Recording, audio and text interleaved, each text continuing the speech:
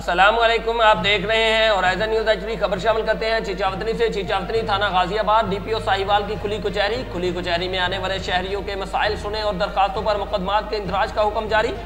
तफसीलात के मुताबिक inspector general of police Rao Sardar Ali Khan के अहकामात की रोशनी में DPO साहिवाल सादिक बलोच ने शेड्यूल के मुताबिक थाना गाजियाबाद में खुली कचहरी का इनेकाद किया। DPO साहिवाल ने खुली कचहरी में आने वाले साइलिन के मसाइल सुने और उनके हल के लिए मौके पर अहकामात जारी किए।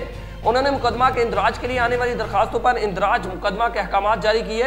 इस मौका पर उन्होंने कहा कि IG पंजाब के विजन के मुताबिक थाना जात में खुली कचहरियों के मुस्बत असरात सामने आ रहे हैं। पुलिस और अवाम के दरमियान फासले कम हो रहे हैं। इलावा DPO साहिवाल सादिक बलोच ने थाना हाजा के जेर तफ्तीश संगीन मुकदमात के तफ्तीशी अफसरान और मुद्दईयान को तलब करके समाअत किया और मुकदमात को जल्द अज जल्द हक़ाक़ पर यकसू करने की हिदायत की।